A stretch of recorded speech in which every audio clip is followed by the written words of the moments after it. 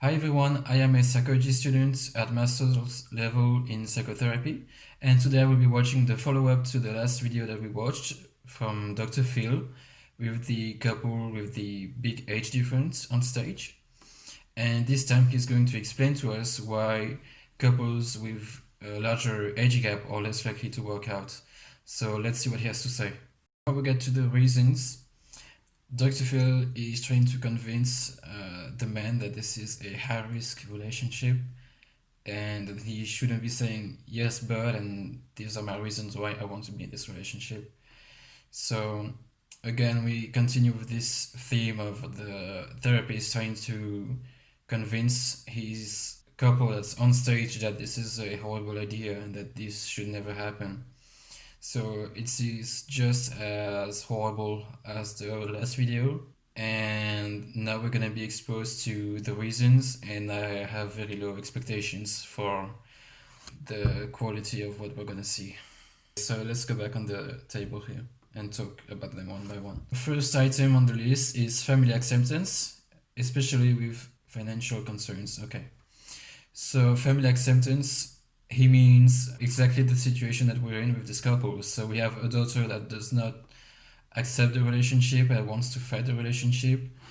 And we might have other people that are not on stage in the different families that are not okay with this. So I don't know, let's say for example the wife's father might not like this, or her mother or the man's brother might not like this, etc.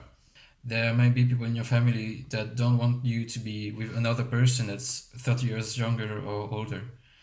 It's just not clear why this should be a problem for the couple itself. Because this is a common problem in a lot of situations. Family acceptance can be a problem with same-sex relationships. And that's, if Dr. Phil had a same-sex couple on his stage, I don't think he would be saying you can be together because there might be family acceptance problems. That would be obvious, I hope, in 2020 that you can say that. And for some reason, in this situation with a huge age gap, you can just say that and not give any explanations, and this is supposed to be a reason why you shouldn't be together. So that doesn't make any sense to me. I think it's destructive, it's not helpful, and it's completely backwards. You shouldn't judge if you are going to be in a relationship or not based on what others think. That is itself based on cultural values and ideas. So this is awful. Second item, question of children. So one person might not want children, the other might want to have children. Yeah, sure, like any other couple ever. Every couple that wants to have children and doesn't want to have children is gonna have to talk about it and might have a little bit of a conflict on this subject. So I don't see what that has to do with their age gap. It's presented without explanations, without any attempt to help them figure it out. We don't even let them talk. So maybe if Dr. Phil was actually acting like a therapist, he might say, okay, so how do you feel about children?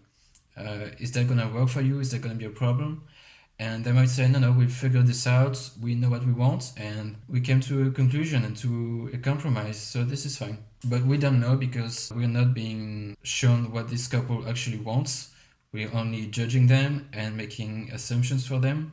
Imbalance of power, one person being more assertive than the other, or having more responsibilities, which again happens in every couple and in every relationship that has ever existed. So it's not clear why this is relevant to them more than to anyone else. Blending families, I don't think he even explained this one, and frankly, I don't even know what that is. Illness, aging at different rates, anyone can get sick, anyone can die in an accident. Again, they're adults. I'm sure that they're aware of these things and that they have thought about it before. I'm sure that if we ask them, which should apparently be Dr. Phil's job, maybe they would have interesting things to say about this and reveal to us that they're fine with it and this is okay. But apparently we don't care about their opinion. Sexual problems, which ones? It's not clear. We didn't go over this, so maybe we'll get more answers. But so far, just from this table, I am just as disappointed as the previous video. So let's keep going. What incompatibility? What are you talking about? I want explanations. Why can't I be with this person? Okay, so incompatibility is a problem for sure for everyone, for every couple in any situation. Why is this a problem specifically for us? Because we just told you that we love each other and we want this relationship to work out and we're happy in this relationship. So why do you put this on us without any context or information? Again, this is the pattern that we've seen before where Dr. Phil is trying for some reason to destroy this relationship and make them feel bad about themselves, and this is awful. You want to go to sleep in your recliner? She wants to go jogging. I mean, there can be a huge difference. That's so stupid. I don't even have words. Yeah, I mean, I think everyone every day has something they want to do, and their partner is doing something else. That's extremely stupid. Well, right now I feel we get along great. I mean, the future, there will be some issues we got to work through. What do you think?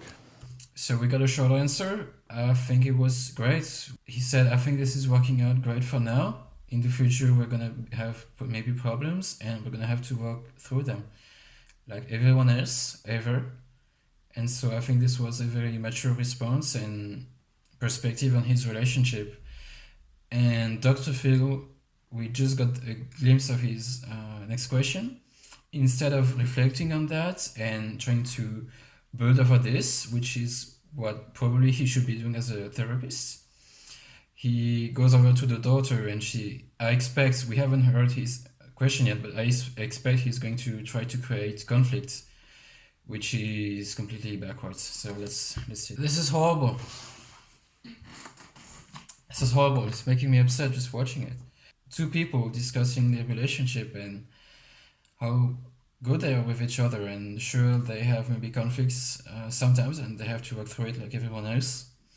And now we get the wife is starting to talk a little bit more, and she says, yeah, we have this and this, but even suggested we get premarital therapy. And that should be such a good news. It's so obvious. And Dr. Phil instantly started to reflect on it, but as mockery. Like, oh yeah, you should take therapy, yeah, for sure. Yes, you should take therapy, like everyone else. No one doesn't need therapy. But it's not a mockery, it's not an insult. He should be encouraging, he should be saying, oh really, oh well, that's great. Well, thank you so much for telling me, that's good news. And this is very encouraging for your couple. And instead we take this in a completely unproductive, unethical, unprofessional direction, which I think is really shocking. So I get back to the daughter shortly. So she said there are some problems in your relationship, like she likes to drink and you don't drink so much. She likes to go out and you don't like to go out so much. So I'm sure this is, I mean, I can trust her. That's probably the case in their relationship. She likes to go out and he doesn't. You don't need to have 30 years age gap to be in this situation. This happens to everyone. This happens in every couple. So why is this a problem related to their age difference? It doesn't make sense. We're taking the age argument for granted, like she said, and you have 30 years gap and this is such a problem. No, it's not such a problem. We haven't demonstrated that this is a problem. Now, of course, on stage, Dr. Phil tried to demonstrate that this is a problem. So in this moment, the daughter probably thinks that she's being backed up by Dr. Phil because Dr. Phil said, look at all these reasons why this is so horrible. And now she can say, look, this is what he said earlier, so I'm right, your relationship is horrible. But it didn't make any sense before, so the argument just doesn't hold up whatsoever. And this is very sad to watch. Seeing this happy couple on stage, and I just feel horrible for them because I'm guessing that if they had a choice, they wouldn't be on stage anymore. There's very important things to cover that would really improve your chances. This is 5% what you would hope from Dr. Phil in terms of being encouraging and validating of what they said. This was horrible. It was probably worse than the last video actually. So I'm watching this on two levels. First level is the one that I'm reacting to, which is just taking this for granted. We're on stage and having a discussion between a psychologist and a couple. The second level is that there are dozens of millions of people watching this, and they're probably nodding along and laughing and mocking the couple on stage and thinking that they're learning about psychology from a renowned therapist and psychologist, and this makes me even more sad. Because the last thing we need in the field of psychology and therapy is more stigmatization and misinformation and misleading content to create drama and views for your TV show. So this is just a disaster. I think we have one more video to watch from this couple, and then we're gonna move on probably to another case.